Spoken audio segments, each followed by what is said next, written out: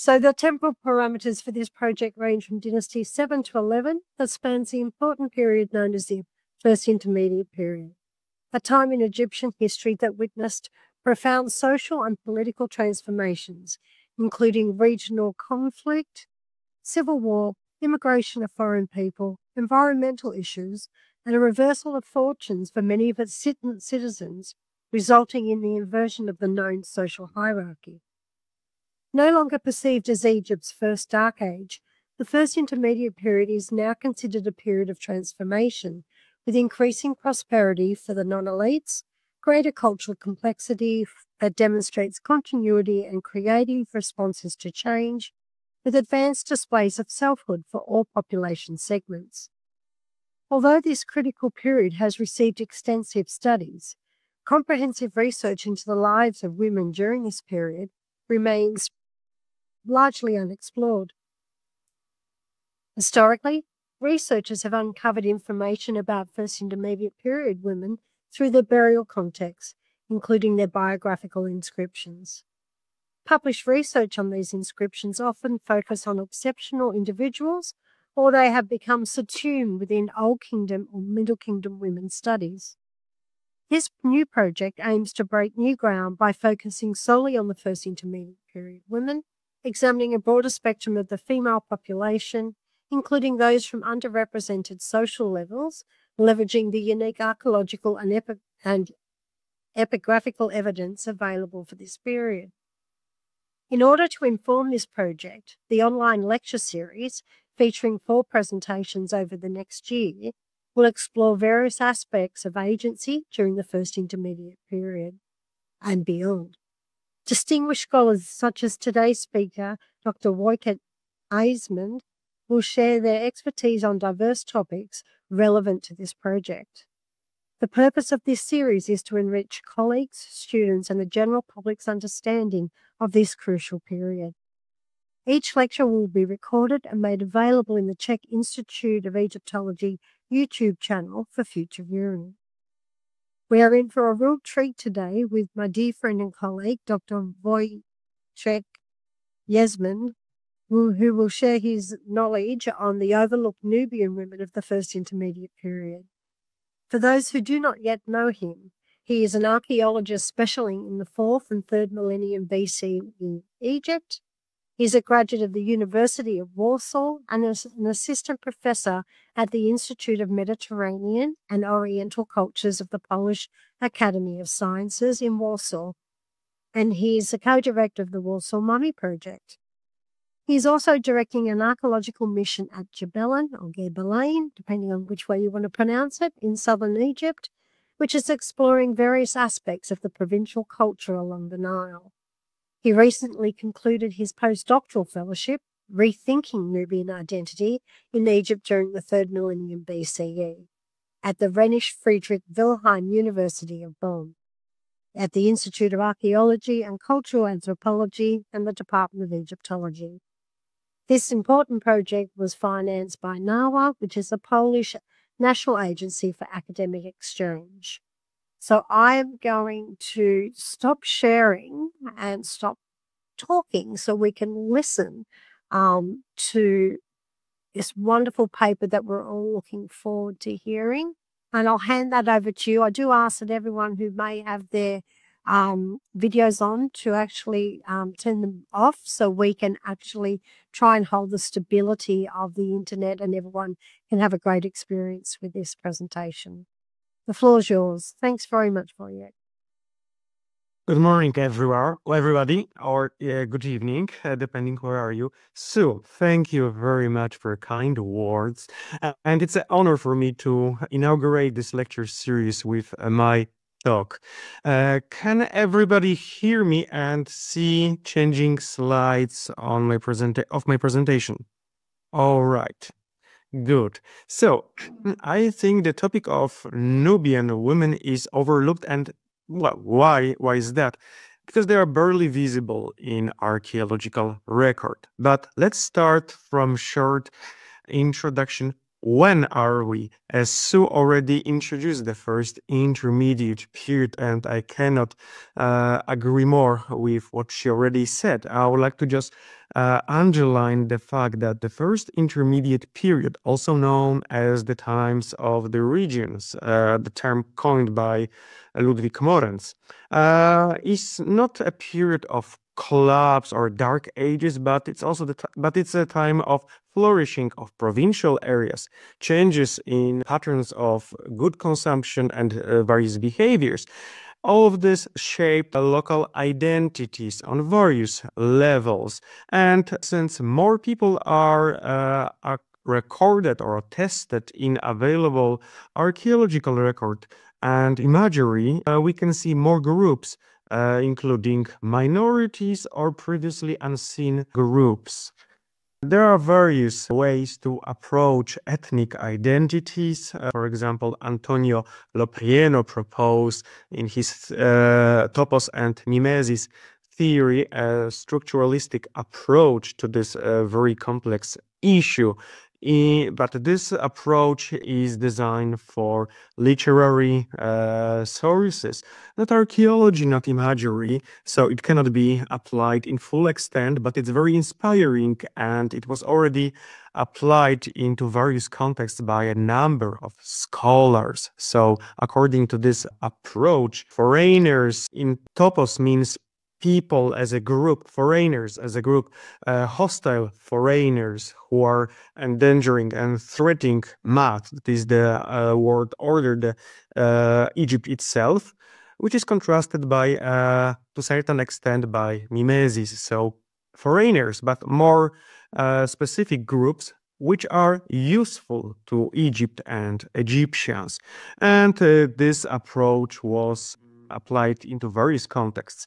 However, this works very well into periods of centralized government in Egypt, while the first intermediate period is opposite of that. And Kate Liska phrased this very well. I cannot agree more with what she already wrote, that during the first intermediate period, when schooling of craftsmen and scribes occurred on local levels, not reinforced by a centralized government, it was more common for individuals to express their identities because the craftsmen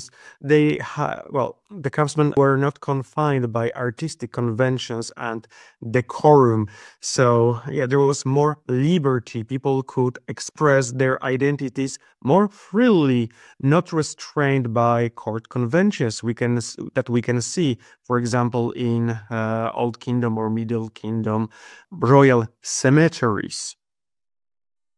Already a number of scholars approach the topic of Nubians in Egypt. The most influential work by Henry Fisher is still very up to date, and he discussed Nubians in a wide extent, including women. However, there is still no work devoted to Nubian women during the first intermediate period.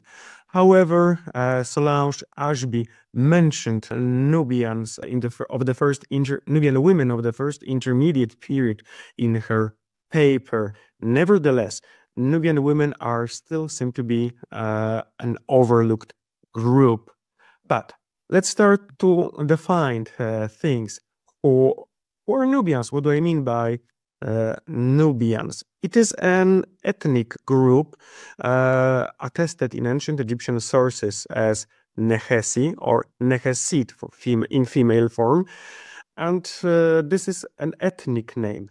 From the middle of the middle of the 3rd millennium BC up to the 2nd millennium BC, we have C group archaeological culture attested in Upper Nubia and southern part of Upper Egypt. However, this is an archaeological culture, and we cannot equate archaeological culture with ethnicity.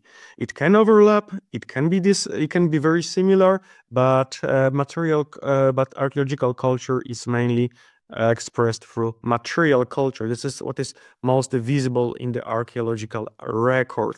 So we should well, we shouldn't equate Nubians with the C group entirely without any restraint. There may be some differences, but for convenience in this talk, we can more or less use this interchangeably, just to remember that it's not exactly the same. And what is ethnicity? I wish there would be a commonly accepted definition of ethnicity in archaeology. Ethnicity can include many things like ancestry, material culture, and various practices like religion, cuisine, etc. In many ways, and especially in ancient Egypt, ethnicity is context specific. What do I mean that is context specific? Sometimes we see people as foreigners depending on the context in which they are presented. Maybe I'll try to show this on an example. Let's imagine you happen to live in Central Europe, in some small town or a village. You're looking for a new job, and you send your CV to an Italian restaurant, and you would like to be a chef over there. And it happened that your grandmother or mother is Italian. So during interview talk, it's very likely that you will bring this up, and you will stress that you have Italian lineage, so it would be more likely that it will help you to get the job in the Italian restaurant. So maybe something similar was present in ancient Egypt during the first intermediate period. Nubians were renowned or famous for being excellent archers, good soldiers. So it was beneficial when applying or looking for occupation to stress their Nubian ancestry when looking for occupation in military units of the first intermediate period governors or warlords, because the first intermediate period was a time of conflicts. Of course, we shouldn't approach Nubians or see Nubians as a one big homogeneous group. It is more likely that they consisted of a number of various groups or tribes, or chiefdoms, whatever you call those. And in ancient Egyptian texts, we have a number of different groups of Nubians, like Yam Nubians, Irchet Nubians, Cow Nubians.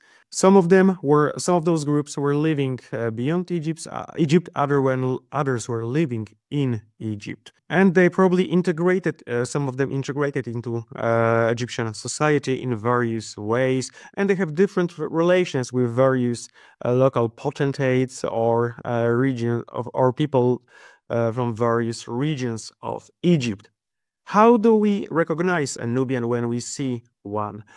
Well, they are usually depicted in ancient Egyptian art with dark complexion, bushy or kinky hair.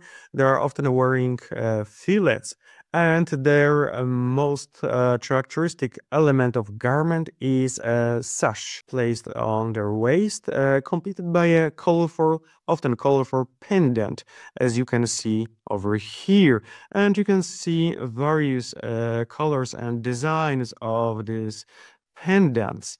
Maybe this variety of designs and colors can be compared with what we know from nowadays Scotland, in Scottish culture, various designs, patterns, and colors of tartans correspond with various family groups or clans.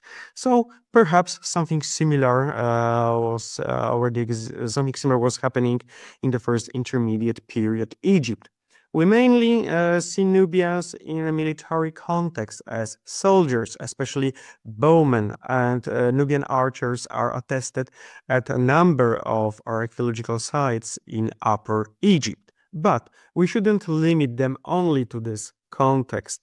For example, in the tomb of Sobek-Hotep, dating to the 11th dynasty, which was found at Kom Ombo, there is a Nubian person here on the left, upper register, second person from the left, a person with a distinctly darker complexion than other people around, and this person is wearing a sash completed by a pendant and seems to be a Nubian, engaged in some domestic or economic activities. I don't want to see Nubians only as, I do not understand Nubians as foreigners living in Egypt because they were present in the pharaonic state for generations, for hundreds of years from the beginning of the pharaonic state. Actually, pre-dynastic Egyptian and pre-dynastic Nubian cultures are not that very different, and they originated from the common background, from a maybe perhaps common ancestry, and they started to drift apart with time.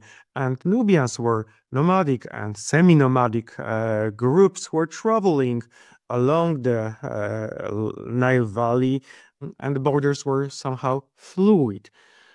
So I would like to see them as native, some of the Nubians native to southern part of Upper Egypt. And as we know from some written records, Nubians were coming to Egypt and settling there, not always due to their free will. Sometimes they were forcibly brought to Egypt.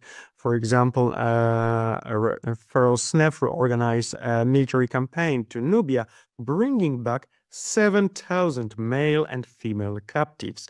Of course, we do not know whether or not these numbers are real. Is it a pure propaganda, or maybe they are real to a certain extent only? How these people were, like, let's say, used within the pharaonic state? What happened to them when they were brought to Egypt? Perhaps they were settled in royal estates along the Nile. For example, in estates like Hut Snefru, located about 10 kilometers south of Gebelein, where they were forced to work for the government, for the Egyptian state. We do not know that the records are not that opulent to provide us with such information, but it's likely that they were applied in some economic activities. And we're speaking about Nubians in general so far, but what about the women? Usually in Egyptian art, Egyptian art is men-dominated. Women are usually accompanying men in the roles of spouses or daughters. And here you can see an example of that, a woman being behind her husband. But sometimes we do have depictions of women on their own, being the main characters in the imagery, like this lady Ini Iker from Gebelein from the first intermediate period. She's depicted as a typical Egyptian, so she has long hair, pale yellow complexion, and coral completed with a long dress. But there are some instances where we can perhaps see Nubians already from the Nubian women already from the late Old Kingdom. There was a tomb discovered by Belgian archaeological mission to Deir el Bersha, directed by Harco Willems, who found a mastaba tomb with a shaft, and in the bottom of the shaft, a burial of a woman was discovered. According to physical anthropologist studying the bones, the individual featured not local anthropological traces. This person was an outsider from this group, since the skull and other bones were featuring sub-Saharan anthropological features. It is believed that this person may have been a Nubian. Furthermore, in the same context, locks of curly hair were found, something which is typical for the imagery of Nubian women. I would like to thank Bart van Tuyl for this information, still unpublished tomb, and its fascinating case study, because the tomb was made in Egyptian manner. So it was a shaft, and in the bottom, in the coffin, and around the coffin, typical Egyptian late Old Kingdom pottery was found.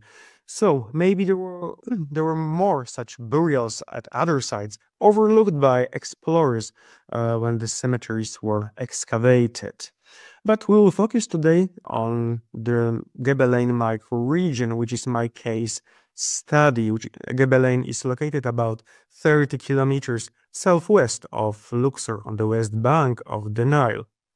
And this area is well known for a reasonably large number of late Old Kingdom and First Intermediate period stelae depicting Nubians and Egyptians. About 34 funerary stelae are known from this area, and about 1/3 of the stelae are showing Nubians. There are some more stelae with ambiguous depictions where I'm not certain whether or not they show Nubians or Egyptians. Nevertheless, since so many Nubians are depicted on the stele, this indicates that Nubians were important part of the local elite, and this provides us with very interesting insight to their presence in the region. Sabina Kubic studied this corpus of stele and concluded that we can see two distinctive workshops. The first one was following ancient Egyptian artistic canons, while the second one seems to be more, let's say, in the first intermediate period style. And usually Nubians are depicted in the stele coming from the second workshop. Of course, we cannot jump into the conclusion that Nubians were using stele exactly in the same way as Egyptians. In Egyptian tradition, stele were designed to be exhibited in available parts of tombs, like chapels or walls of mastabas, and stele were projecting kind of an official persona of the deceased. Unfortunately, none of the Nubian stele funerary stela was found in original context. We usually know them they're usually coming from antiquities market. As far as we know, Nubians of the C group were usually buried in tumuli, and we cannot jump to the conclusion that Nubian stele were placed in Egyptian-style tombs like rock-cut tombs or mastabas. Maybe they were placed by or in such tumuli. Unfortunately, no tumulus was ever recorded in the Gebelein area so far. But let's focus on women. They're quite commonly depicted in stele, but they are very rarely the main characters in imagery. Exception being, for example, this stele showing a woman approached by an archer. Maybe, perhaps this person is a Nubian since he's holding bow and arrows. And it's interesting how this man is approaching the woman and how he's grasping her arm or hand in this rather unusual way. Unfortunately, nothing here is indicating the ethnicity of the woman. She's shown as typical Egyptian with a long dress, wearing a collar and having a long hair. Here is another interesting case study. It's interesting because we can see here on the left a Nubian archer. We can recognize his ethnicity thanks to pendant on his kilt attached to the sash, and the woman approaching him is shown in front of him. Usually women are shown behind the men, so this is an unusual depiction. And please take a look at how she's extending her arms in the direction of the archer. So it's a pity that the text is not preserved and only half of the stela is available to us. As I said before, so far I accounted about 34 stelae coming from the Gebelein region or ascribed to this area due to the specific style of the stele. And here is an ongoing, my ongoing prosopographical study of the stele. Upper half of the stele describes stele showing Nubians, while the lower half depict people who look like Egyptians. Only very few Nubians are using their ethnic ethnonym Nehesi, and only in one case we have attested a woman using the ethnic name Nehesit. So let's take a look at a few stelae from this corpus. For example, this is a stela of Iker and his wife Bendit. She is depicted. Well, let's start from Iker. He's a Nubian, as we can see from his hairstyle and the sash he's wearing. Behind him is his wife with long dress, long hair, wearing a coral. And the name Bandit doesn't really sound very Egyptian, but nothing is indicating her ethnicity. She's shown as Egyptian, as typical Egyptian. While on the stela of Chenenu, we can see Chenenu depicted as typical Nubian. In front of him, we can see his butler, a dog, and his 4 brothers, named Chesen, Mary, Hebrew, and Ihtek. The first and the last names are sounding, well, non-Egyptian, maybe Nubian, and they are depicted as typical Nubians. So we can see a Nubian with his Nubian family, while his wife, she is described as his wife, his beloved Nubianess, Nehesit. So, despite she's depicted as a typical Egyptian wearing a long dress, a coral, having long hair, the hieroglyphic caption indicate her ethnicity. Of course, we cannot be 100% sure whether or not this is her name, nickname, or it's indicating, or it's just denoting her ethnicity. It's not that straightforward, unfortunately. But it's likely that she may be a Nubian, but it's puzzling why she is depicted as Egyptian. Maybe, perhaps, there was no clear way in imagery how to depict women. This case is more complex. This is the stela of Nenu and Sekhator. So we can see the couple on the left. Nenu is shown as typical Nubian, with dark complexion and a sash. Behind him is his spouse, Sekhator, typical Egyptian name. She has yellow complexion and typical Egyptian dress. While in front of the couple we can see their son, Seheb Kai. There, in the middle, in the lower register, we can see a girl. Her name is Intef Uu, and she is wearing a very short red skirt. On her head, you can see kinky hair, and her complexion seems to be a bit darker than the complexion of her mother. So, we can now speculate whether or not the artisan who was making this stela deliberately painted her body in a slightly darker manner than the complexion of her mother to kind of underline her Nubian or double ethnicity, that she's an offspring of Egyptian-Nubian couple, that maybe she is bearing double on non-binary ethnicity. This is a subject for further discussion because the inscription here is not naming her as the daughter of the couple. Maybe she's part of the household. We are not certain, and more study is necessary for this stela because I'm still not sure whether or not her complexion was intentionally made darker, or this is an accident of a preservation. For example, Henry Fisher, who studied this stela, described her complexion as the same as the complexion of the woman on the left. Of course, in ancient Egyptian culture, complexion was important marker for gender. Men were usually shown with dark red skin, while women with pale or yellow complexion. And here it's distinctively darker than what we would expect. Of course, Nubians are attested beyond Gebelein, for example, in Thebes.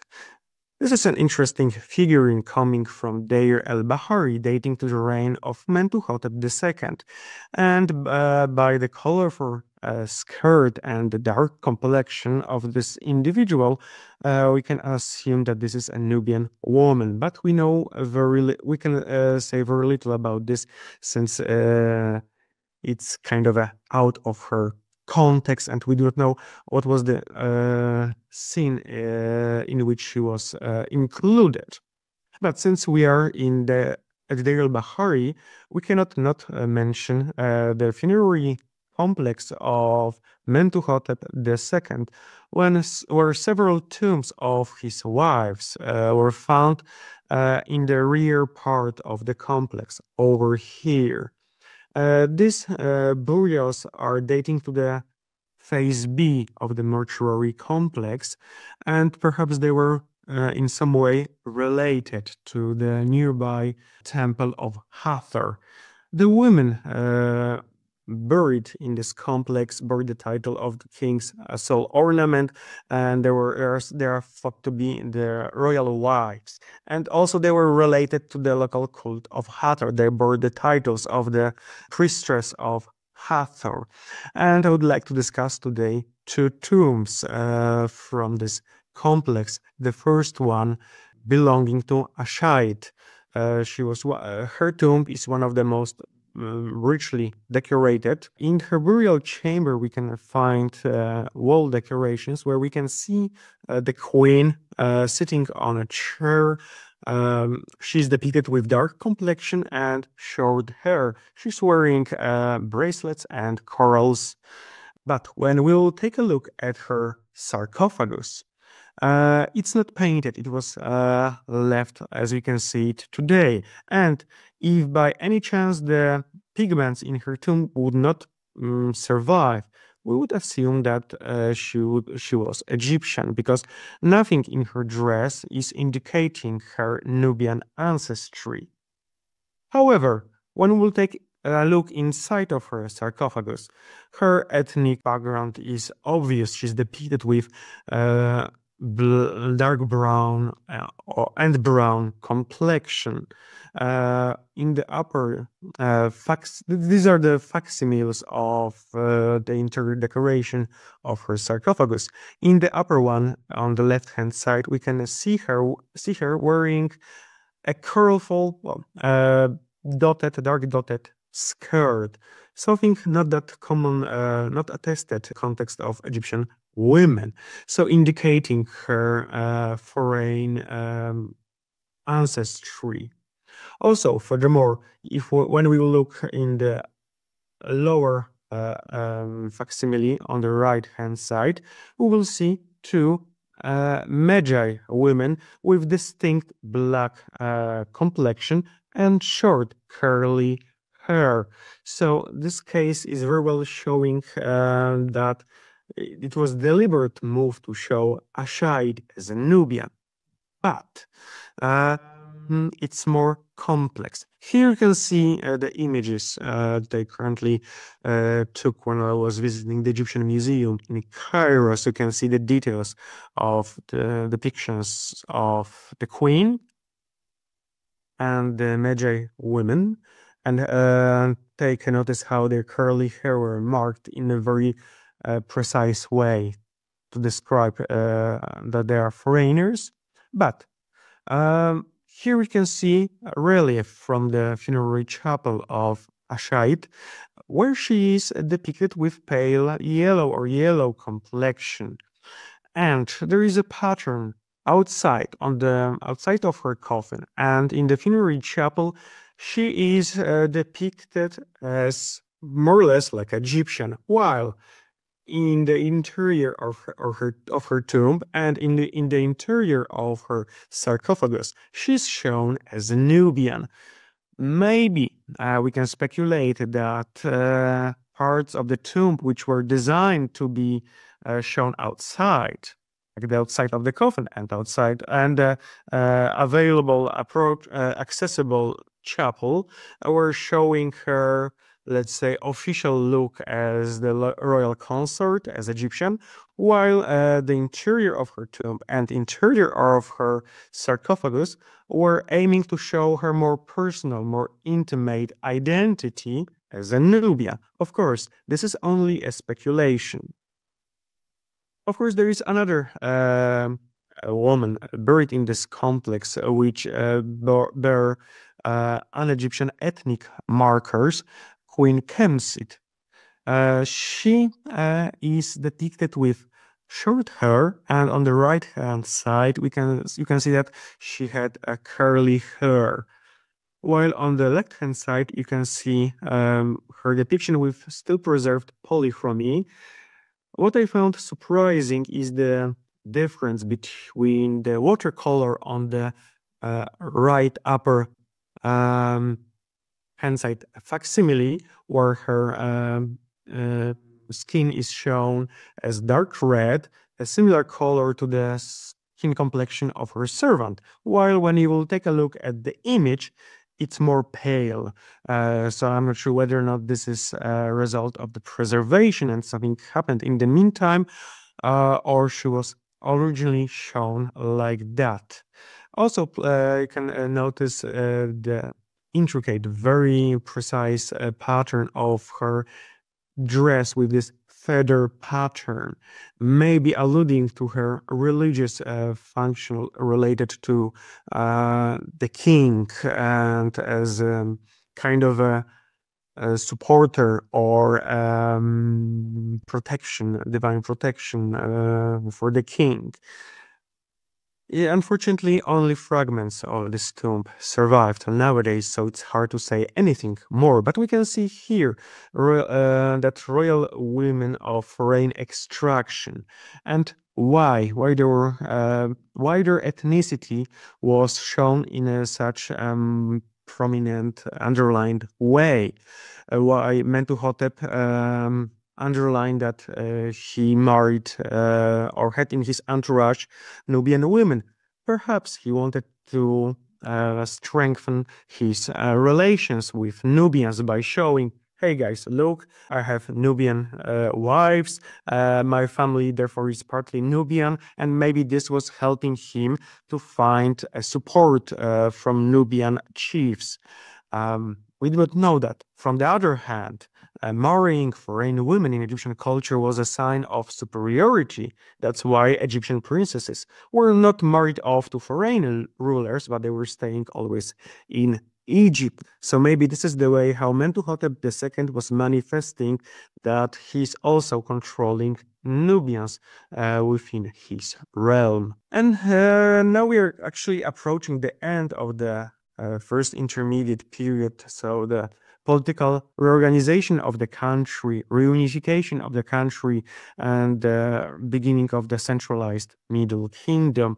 And the theory of topos and mimesis is coming back here because in kind of a new rendering as Smith presented it, that according to Smith, topos is people shown as foreigners, as is kind of a topos, showing them in all the trappings of official art, placing them in the hierarchy, in the idea of ancient Egyptian world. So foreigners invited to Egypt to bring gifts are shown as foreigners, and their elements of dresses and physical characteristics are aimed to show the domination of the pharaoh over various groups, including foreign groups, showing the diversity of his realm. Well, mimesis in this context, according to Smith, is more indicating self-identity, and they're intertwining. Some people shown in official art, like Nubians shown in Theban tombs, may be shown according to topos, so they're included into the royal ideology, while the same people buried elsewhere in their homelands can take their own identities, how they feel themselves, how they self-identifying, and they can show themselves as ethnically Egyptians perhaps. And ethnicity, therefore, can shift, can be changed. It's dynamic, and also person can exhibit double or hybrid identity. This is more complex, but still here, women are under-researched group. What I found during preparation for this talk, I observed that maybe Nubians are not overlooked, Nubian women are not overlooked, but certainly they are very difficult to observe, they are difficult to grasp. There seems to be kind of invisible. But this is part of a bigger problem with recognizing foreigners living in Egypt and represented in Egyptian art. Nubians, when they were coming to Egypt, they are becoming visible when they are depicted in Egyptian art made by Egyptians, who are not necessarily following the self-identifications of these people. And Nubians were not that distinctive, were not necessarily that distinctive from Egyptians. They could maybe they could integrate more easily into Egyptian society than, for example, Asiatics. When we see Nubian women in Egyptian context, they are, as we've seen, depicted as Egyptians in some cases, and only in the cases when it's beneficial for them, they're shown as Nubians. For example, when they're included into the ideology of the real power and the cult of Hathor. Cult of Hathor may have been somehow related to Nubia. As we know from Egyptian mythology, Hathor was traveling to Nubia, and Nubian women were included in Hathoric cult. However, this is explicit only from the New Kingdom onwards. We do not know how was it working in earlier periods of Egyptian history. Whether or not relating Hathor in the New Kingdom to Nubia was based on earlier tradition is still a subject for further discussion and further research. I only can recommend Solange Ashby's paper, Dancing for Hathor, which discussed this topic, but in my opinion, this still requires further study to understand this phenomenon. And we should not ignore the economic aspect of Nubian presence in Egypt.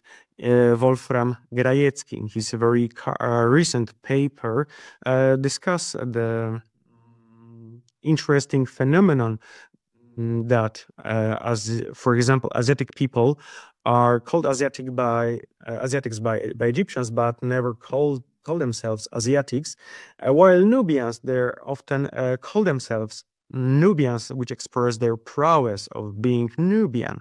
But this is part of a bigger system of work and economics in Egypt, where Asiatics are included in the workforce and may have formed a separate specific group, while in case of Nubians, it's more different. This subject, of course, is for further discussion. It's very inspiring. But as I already mentioned before, Nubian women are kind of an elusive phenomenon in Egyptian art because the way how they are depicted is not always clear. There was no clear way how to show Nubian women. In case of men, it's easy because they usually wear sashes. There was no specific element of dress or hairstyle typical only for Nubian women. Maybe it's partly because for Nubian men it was beneficial to show their ethnicity, so they can be hired in military units, and this was something desired. While perhaps Nubian women didn't have anything to offer for the pharaonic state or local potentates or nomarchs, and the art didn't develop any specific marker for Nubian women, like pieces of jewelry or a very specific for Nubian dress. Only sometimes we can see Nubian women wearing colorful dresses in contrast to Egyptian pale white dresses. Of course, there is the problem of preservation of the record. Very often, imagery is devoid of colors. The pigments faded or were removed or are simply not preserved. Maybe more women were painted with dark red or dark pink complexion, indicating non-Egyptian lineages. This is a subject for further study. So thank you very much for your attention, and I hope we'll have a stimulating talk now. Thank you very much. So I'll stop sharing my screen. Thank you very much, Wojciech. It's wonderful talk, and I'm sure everyone online who are more than welcome now to unmute and also to put on their videos if they would like to join in and ask any questions that may have come up for them. I thought it was an amazing talk, and while people are just settling in, I think a question that I have, if you don't mind me asking, is: has there been any study on the names? You mentioned there was some differences. They didn't seem very Egyptian names. Has anyone done any studies as yet in regards to the names that may have meant to be Egyptian names? Well, Thomas Schneider, of course, in recent years, but his study is on the Middle and New Kingdom names. Of course, there are earlier studies or other lists of foreign names, but there is no specific study for the third millennium, as far as I know.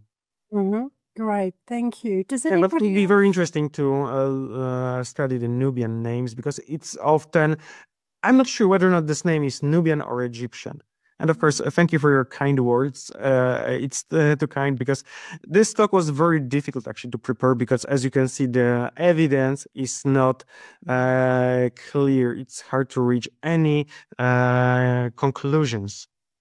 No, definitely. And as you say, a lot of more research does need to be done. And that's why I was thinking when you were saying how they're often depicted just like an Egyptian woman, there are no markers like we see with the men with their sashes and their difference in the hair. They're very obvious.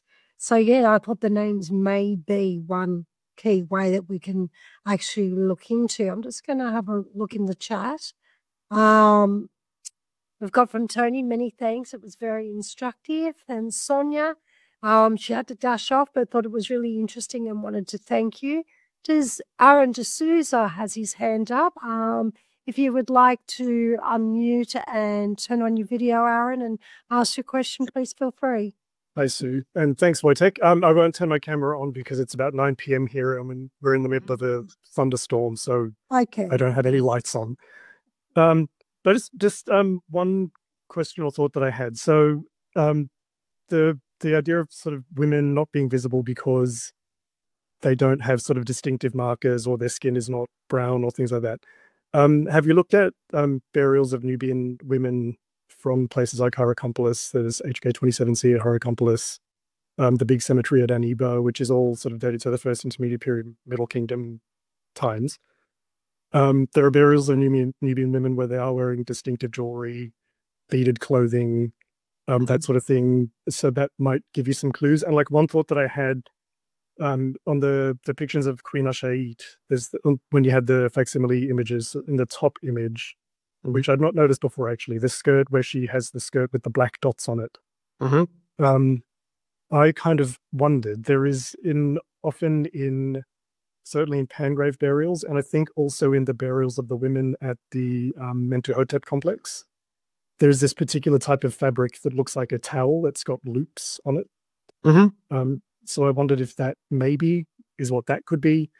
So I just thought it might be worth actually looking at burials and physical remains. Yes, because this is a very good remark. Thank you very much. Yeah, you're very right. I'd not noticed that pattern on the skirt before, so that was an interesting thing as well. Yeah, thank you very much for your suggestion. That's a very good thing to check. I need to dive into that Great. Cool. Thanks, Aaron. Wonderful question. And we've also got Yosh, who's got his hand raised. If you would like to unmute and or put on your video and ask Wojciech the question, go ahead. Before Urosh will say something, I would like to thank him for explaining to me the complexity of topos and mimesis, because this is so convoluted and I'm a simple archaeologist, not a philologist or linguistic. So, hello everyone. Can you see me and hear me? Yes. Thanks, Wojciech, for your presentation. I have several questions, but let's start by continuing with the comment just given by Aaron de Souza. I think that you should also have a look into these wooden statues of Nubian women from Deir el-Bahari, because they are dressed in the same way and they also have these elaborate patterns. And the same type of a dress is depicted, although without the patterns, of the stela of Nenu. You showed us in your presentation. So this could be useful because it seems that there is some kind of a longue durée in this type of a dress, because we also find it in depictions of Nubian women in the New Kingdom. So this long dress with elaborate patterns, sometimes made out of textile, sometimes made out of animal skin, such as cowhide. So that could be useful for you in the future. And coming back now to quite specific questions I have. When you showed us the models of Nubian soldiers, you made kind of an analogy with Scottish kilts, kind of implying that different patterns maybe could be connected to some smaller clans or individuals. Yeah, something like that. But when I was thinking about this rather interesting idea, my problem was that this is an Egyptian depiction of clothes. And as we know from later examples, Egyptian artists were quite creative in fusing different patterns, which do not necessarily always represent the reality of the time. Of course. One good example for that is the depictions of Aegeans in Theban tombs, where, yes, they wear Aegean kind of loincloth and later on also kilts, but the patterns themselves are a completely new creation by the Egyptian artists. So my point here is more that one should be careful in interpretation, because this difference in patterns could simply be the creativity of the Egyptian artist. Of course. But that doesn't mean I'm right. It's just no, you are, in my opinion. A little bit more careful. I underline that this is only a speculation. Okay, thank you. And very short, because I don't want to take so much time from the discussion from others. Can you tell me who is the anthropologist who studied this body from Deir el-Barsha and implied that there are sub-Saharan features? Because to me this seems like a very 19th century physical anthropology. Yes, well, you can see, for example, in the skull, the prognatism, which is characteristic for sub-Saharan populations. And but this tomb is still not published. I only dwell and presented what Bart told me, and I don't want to go into all the details because he's still working on the publication of the tomb. Maybe he's still here in the room. Bart, are you here? Nope, he's no longer here. Well, then I will contact Bart and ask for the contact of that colleague, because, for me, prognatism as an argument of applying Nubian or Egyptian or whatever. It's one of several features of the skeleton, but I understand your point. Please continue. And my last question is, what is non-binary ethnicity? That somebody can be Nubian and Egyptian, or maybe even have a triple identity, depending on ancestry and self-identification. So you want to say that it's situational? I present myself as either Nubian or Egyptian, depending on the context. Or maybe Nubian and Egyptian. Thank you. That's it for me. Thank you, everyone. Sorry for. Thank you very much. And I actually get in the chat, Crystal Miller, who's a bioarchaeologist. If I could get back into the chat, I could show you what she said. She shared, as a bioarchaeologist, she also has qualms about non-metric cranial traits for estimating ancestry. So she was. I agree. Yep, chirping in there. Does anybody else have any other questions?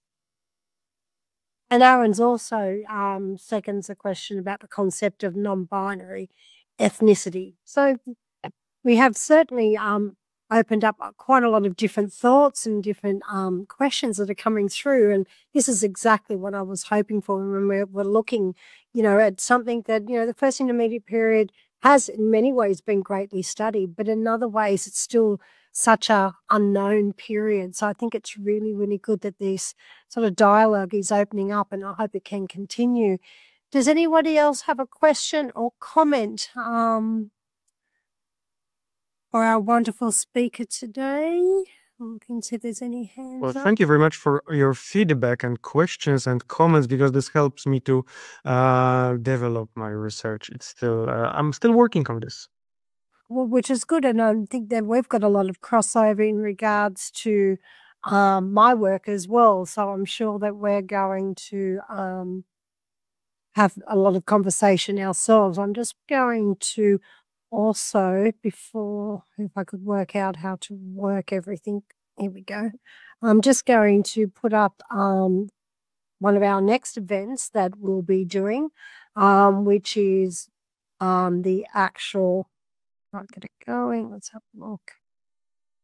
There we go. Sorry, guys, I'm not that technologically advanced. Just going to put up on the slide in regards to my next event, which is the symposium, which is being held on the 31st of January. It is also online as well as in person here in Prague on the 31st, starting at 9 a.m., so a little bit an hour earlier. We will also be having another one of these lectures in 3 months' time. I know the person, and I'm going to obviously annihilate her name because I am far from good at pronouncing it. It is one of my wonderful colleagues here. Her name is Dana. I will not even try to pronounce her surname. She knows. She's actually in the audience, and you can all have a look and see why I'm struggling with the name. She's going to give our next lecture in 3 months' time, and she's done some wonderful work at looking at women's titles, something that's very much part of my purview. But she actually looks at the link and the association between New Kingdom titles between husbands and wives, where we've got this kind of working association as well as a relational association. So that will be our next talk. So please keep an eye out for the advertisement of that in another month or so across all the channels that you've seen it today. I really appreciate everybody coming on and joining us in this online lecture series, and I look forward to further opportunities and talking and growing our knowledge on the first intermediate period. Thank you. Thank you very much. Stop record. Work out